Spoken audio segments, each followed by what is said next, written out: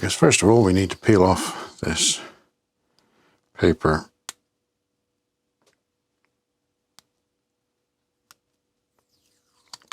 protection to reveal the shiny loveliness.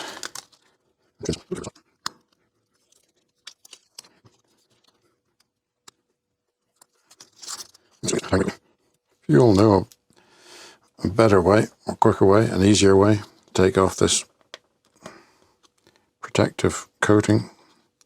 Put it down there in the comments, I'd love to know.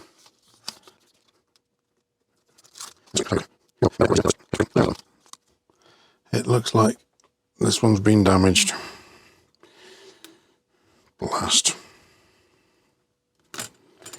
That's a pain. I'm not sure if this is the front or the back yet.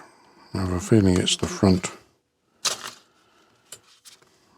That's a pain. It's very nearly got everything off in one. Just that little bit there. So that's the way to do that. Now let's try and figure out how these all stack together. So I managed to figure out some of how it goes together. The back piece has 4 holes that take these little standoffs, M3 standoffs. They get screwed into there. That's for the control circuit board to go onto. And of course there's a corresponding end piece. Here's the other end piece, which is just blank.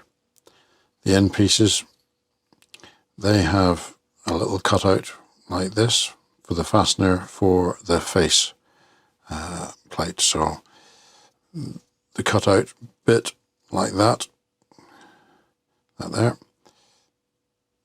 it is to go up ways. Now on mine, these were really tight in the slots. In fact, this one's not wanting to go in at all without a bit of persuasion. I had to file those slots slightly just to allow that to go in. Then the sides again have these kind of slots. If you've ever built a 3D printer, a cheap 3D printer kit, they will come with a lot of those types of fixings. Those sort of T-type slots are so that a nut can sit in them and it refuses to rotate, and then the screw comes up and tightens in. They're really fiddly to put together, but I found a way, at least on this kit, that makes things a little bit easier. If I just tilt it up and put the screw through from underneath, I have a nut here, which I shall just start. So you put the nut in and start. And I'll do the same with the other fixing. So they're just started. Then we get our back piece. Give it a quick go over to get rid of the worst of the fingerprints. And this has got 2 slots that it fits into. Sorry, this is not easy to see. Filming black things is not always terribly successful. But you're able to just wedge those screws into place. If I bring this upright, you can see there's enough flexibility on these parts anyway that you can get it in the slot.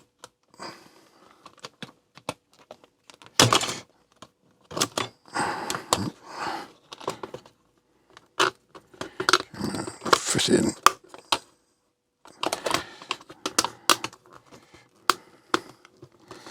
Some of these parts are just ever so slightly too wide. I don't know if there's a right and a wrong way with this. Let's try it this way around and see if that fits. Yes, there is a right and a wrong way. So as you can see, that nut fits through into there, and then I can just tighten it up. I'm not doing that one too tight until I've got this one in place. on the other side.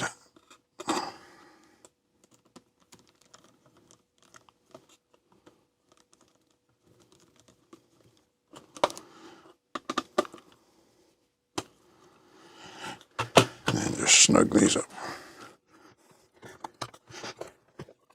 Right, now we just need to figure out how to do the rest of it. The instructions are not clear on all of these steps. I do know that these two have to go together. This grid goes first of all over the LEDs.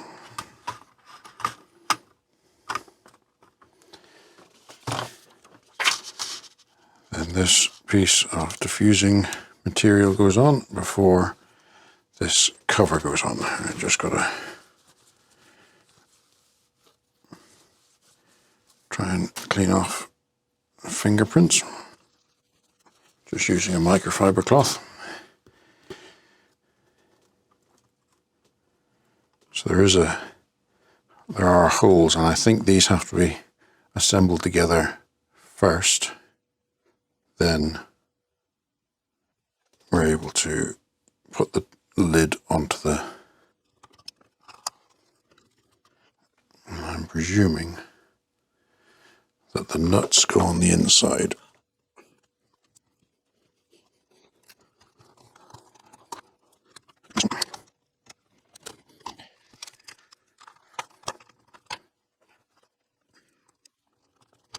As usual, there are no washers included in the kit. It's a very delicate plastic, this. I've just managed to break off the end. Fortunately, it's of the back.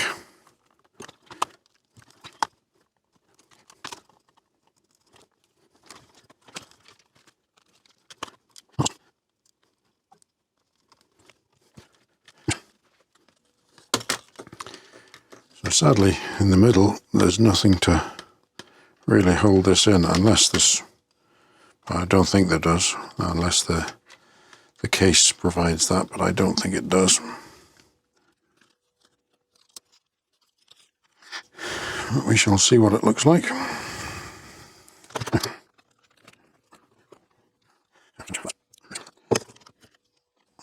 We shall put the circuit board in and we shall screw that in place.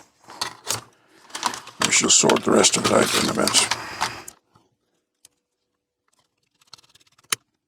Honestly, every time you do something to this case, it feels like it's about to break more.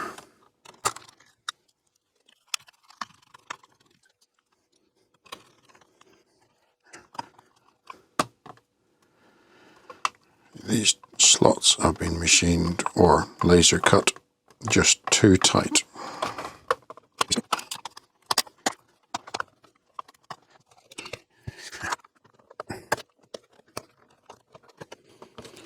I think I'm going to file these out slightly.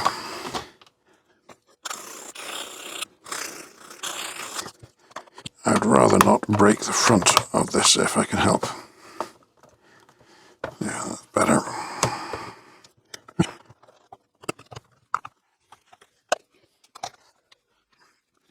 Sadly, we can't do our same trick with the screwdriver and or putting the screws in first.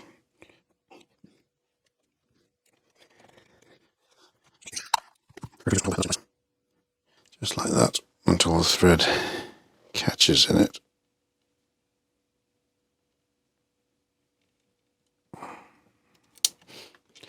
There's another one on the floor. Running out of these.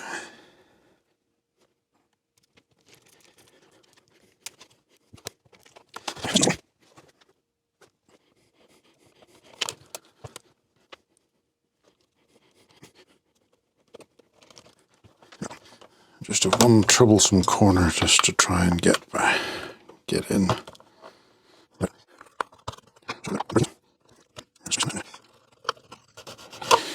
think the thing is with the laser cutting, it leaves a very slight burr.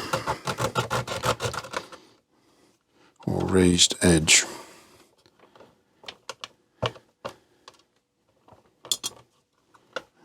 That just seems to be stopping that from seating in properly.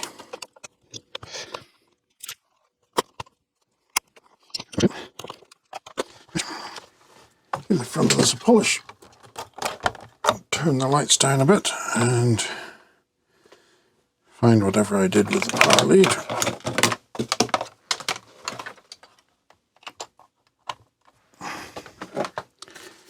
And a power bank.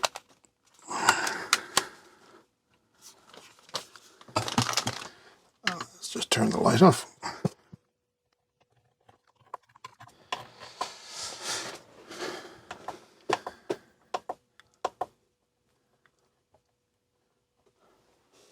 And so there it is. Finally finished. A number of different patterns that it can do.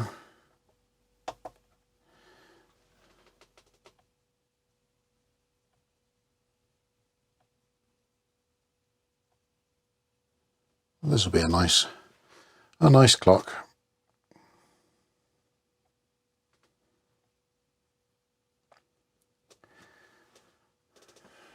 So thank you so much for watching along as I've struggled with this one. There's the current consumption. Thanks for watching. This has been an interesting build. Would I recommend this? Yeah, it's a good one, but you have to be really careful with this case. It is so fragile. I really don't recommend the case. But unfortunately, it all comes together. So we hope you enjoyed watching along with this project. If you want to buy this, there'll be a link in the description below. But until the next time, thanks for watching, and we'll see you then.